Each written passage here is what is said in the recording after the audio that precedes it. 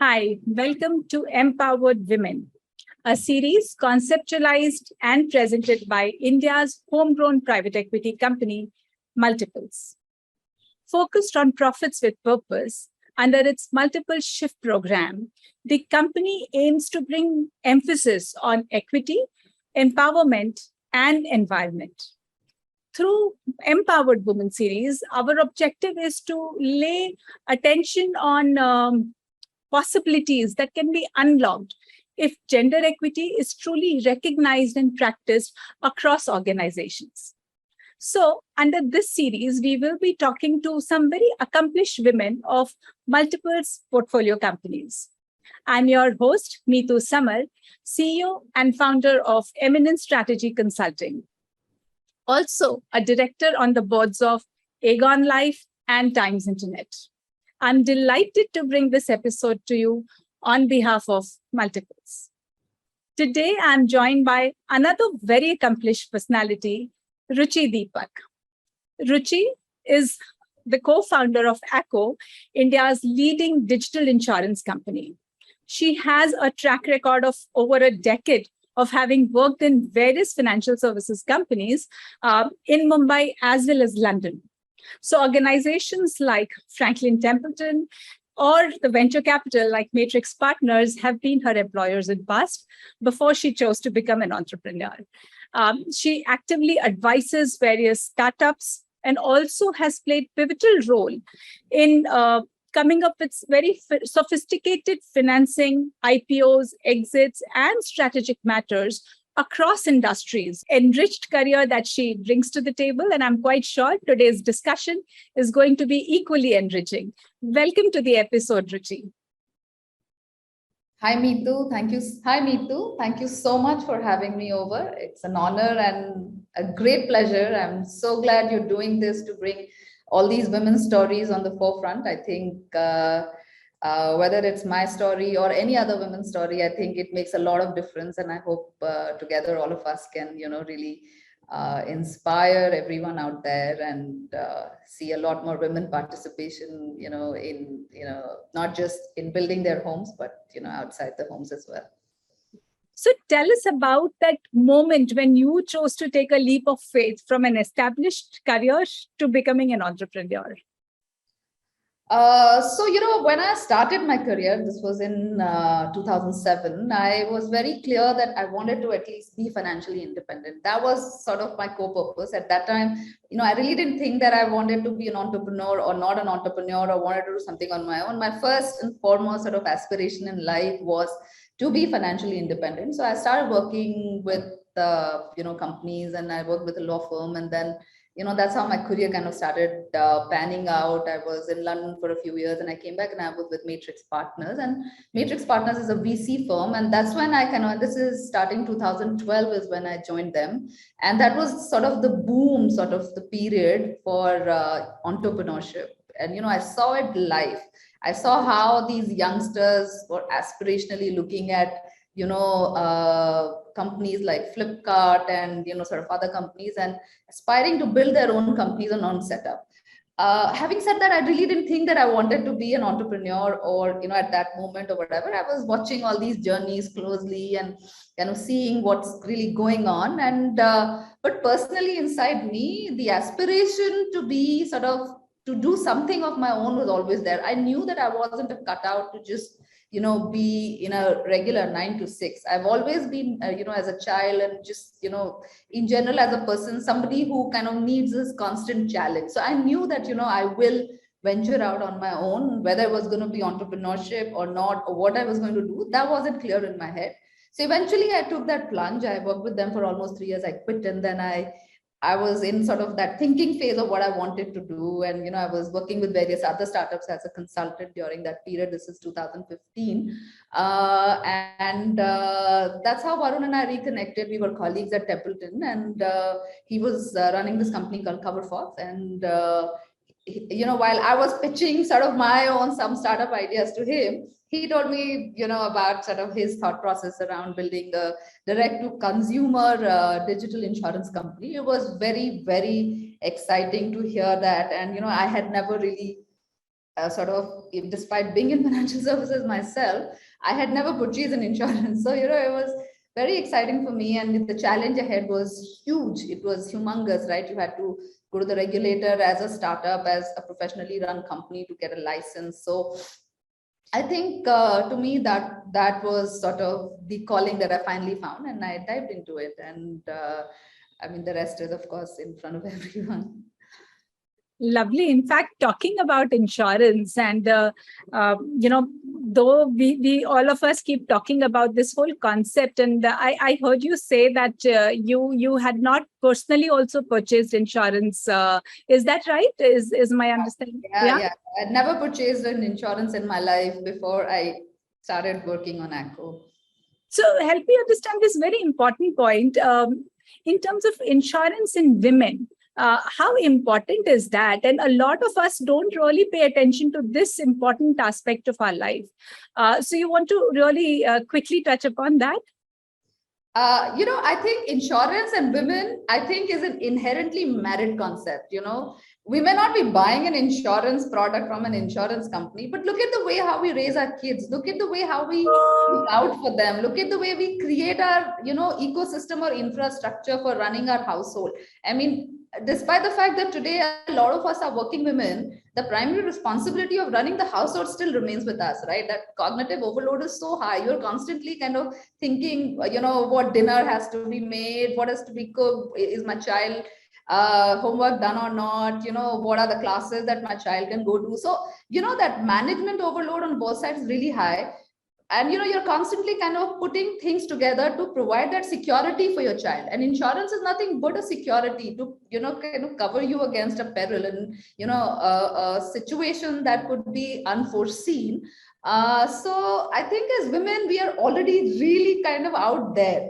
We may not be buying a financial product, but we save for our kids, we create that infrastructure, we put ecosystem in place to ensure, like some of us will choose a daycare where there is maybe a camera facility because you can watch your little one, so many things. It's all ultimately, what is it? It is insurance to protect your child, your household, right? So I feel it's really married in that sense.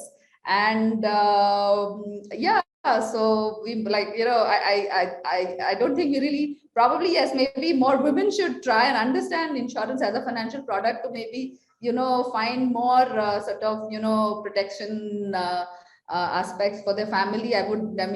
Today, if we look at financial empowerment and penetration, I think women can play a very, very strong role. We in earlier days, our mother used to keep their what they used to call it tridhan, right, the jewelry, as security for the family. That was the insurance. And it just kind of, it's there in us, right? It's part of our collective unconscious. So I think it's something that we know. We may not be buying an insurance product. I hope more and more women kind of go out there and explore this, but I think we already do that anyways, in some way or the other. Absolutely. So talking about this whole concept about you having worked in so many financial services companies and also have, gone up the ladder.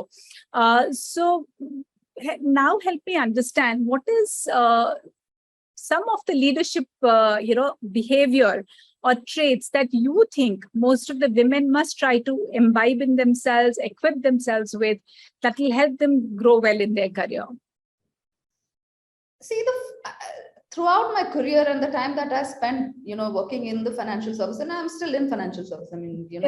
Running a startup, but it's ultimately financial services, and it is heavily dominated by men. Okay. First of all, I think women, should start taking interest in finances. I just feel that most of us, I think we love the real things of life, which is maybe running a family or whatever. And some of these sort of boring, mundane,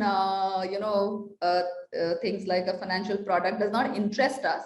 But I think more and more women should try. And I'm also kind of honestly very, very poor at that. Okay. And every day I wake up and I think today I'm going to learn a little bit more about some other financial product and see if that makes sense, from my own portfolio investing perspective or not. But I think more and more women should do that, and they should force themselves. It's not going to come easy because, like I said, I am myself a victim of the same problem. The other thing is, I think more and more women should speak their mind. I just find it, that in a situation where a woman in workplace or otherwise is kind of being questioned or clobbered or being sidelined, they kind of just let it go. We are very sort of non-conflicting, and we are happy to kind of let go of a very conflicting situation to, not get into, a difficult situation. We shouldn't do that. We should be very, very open to fight it out. Okay. And we should fight it out. I think, it's very important for all of us as women to fight for our rights in every situation and every place that we are in, whether it's workplace or at home, and voice our opinion. I found that incredibly helpful in my case as well. I used to be inhibited, and I think it's just probably our nature, right?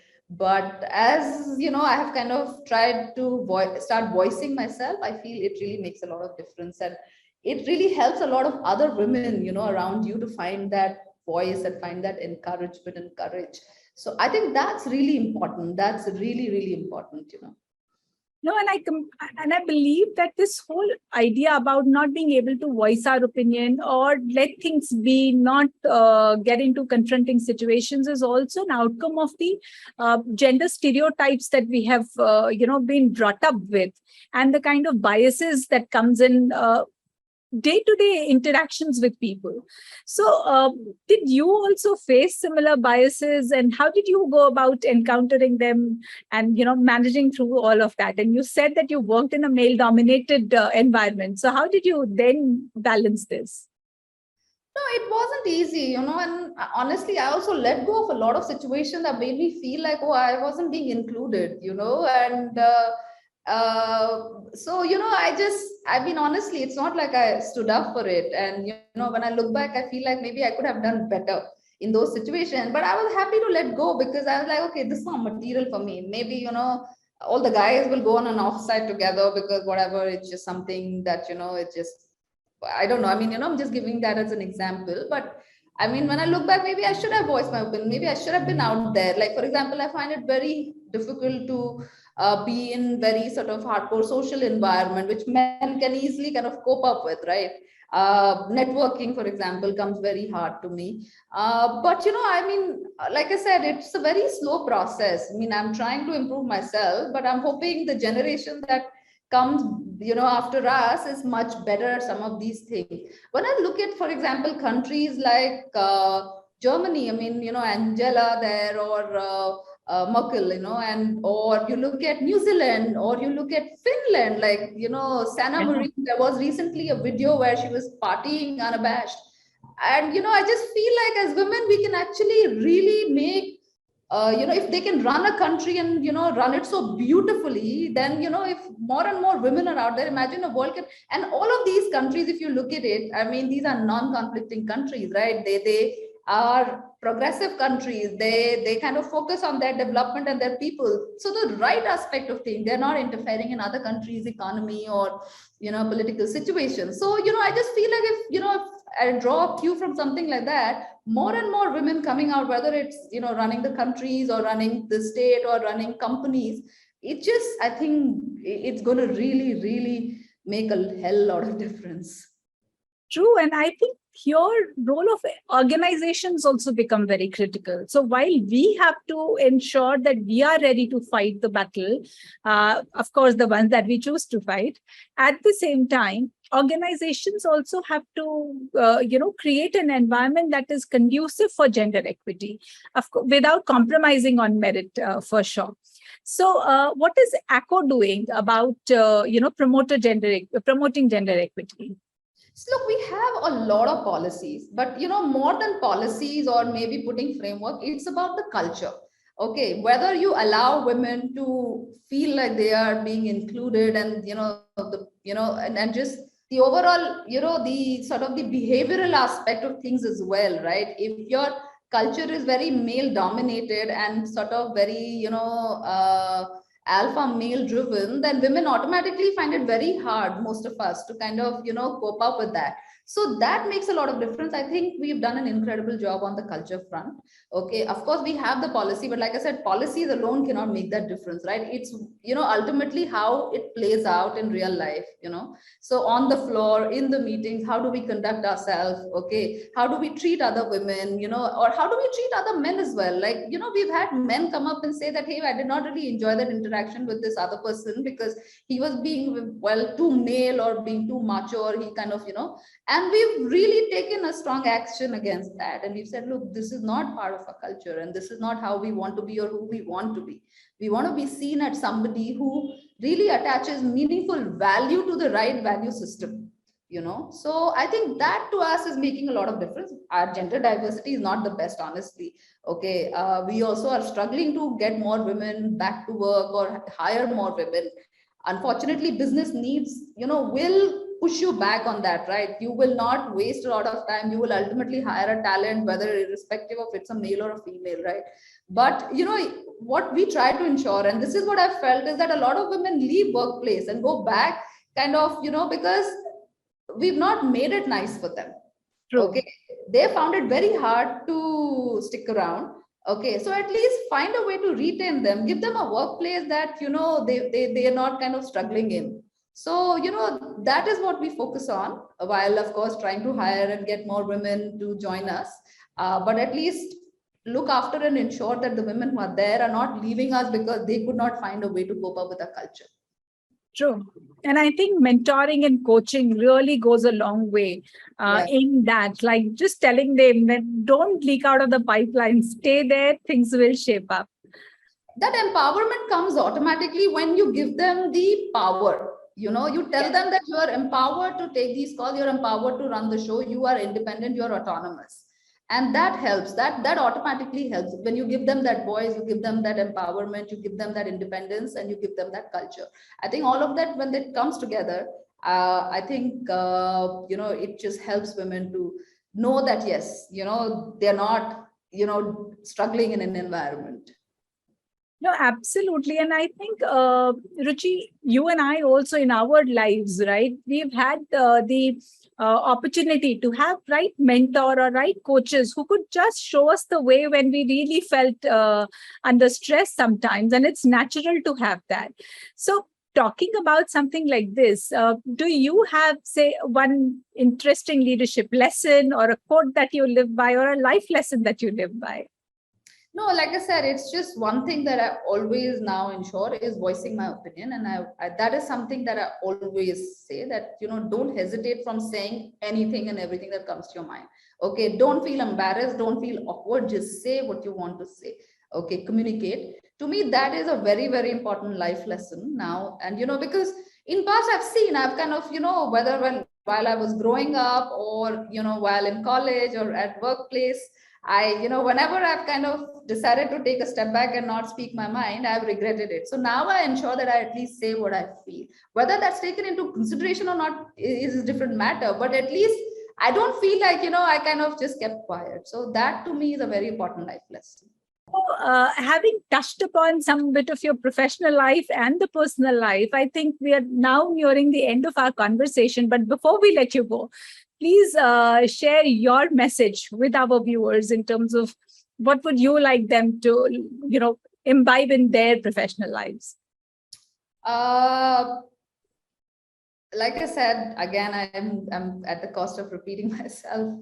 Definitely speak your mind. Don't, whether you're a guy or a girl, speak your mind. Don't hesitate. Today, most companies allow open culture. Take advantage of that. Sometimes I find it very hard when I see that people have gone and, voiced their grievance on a glass door or something, because, like you rightly said, the world has to be more accepting. And that's something that we are trying to do. And most companies should try to do that. Be accepting of a feedback, whether you like it or not like it, because as humans we're entitled to it. So speak your mind, give direct feedback, don't shy away from it. Okay, I think that to me is right now sort of the most important message. Apart from that, I think people should also enjoy their work today. There's too much pressure on everything. I feel like everyone's chasing something, and At least I wasn't like that. So I always try and tell people, look, you need to really take a step back and also kind of invest in yourself and your happiness, because True. your life is unpredictable. You don't know where you'll end up. So that is very important, I feel, and I hope more and more people do that. What a lovely note to end this conversation on, though we can go on and on as we can see that, but lovely note to end this conversation on, that enjoy your life, enjoy it to the fullest of whatever you're doing, but don't forget to speak your mind. Lovely message, Ruchi. And on behalf of Multiples, I would like to extend warm regards and thank you for sparing time for this discussion today. Thank you so much once again for having me. And I think this was an absolute pleasure. Thank you. And to all our viewers, keep watching this space for having discussions with many more such empowered women. Thank you. Bye-bye. Thank you.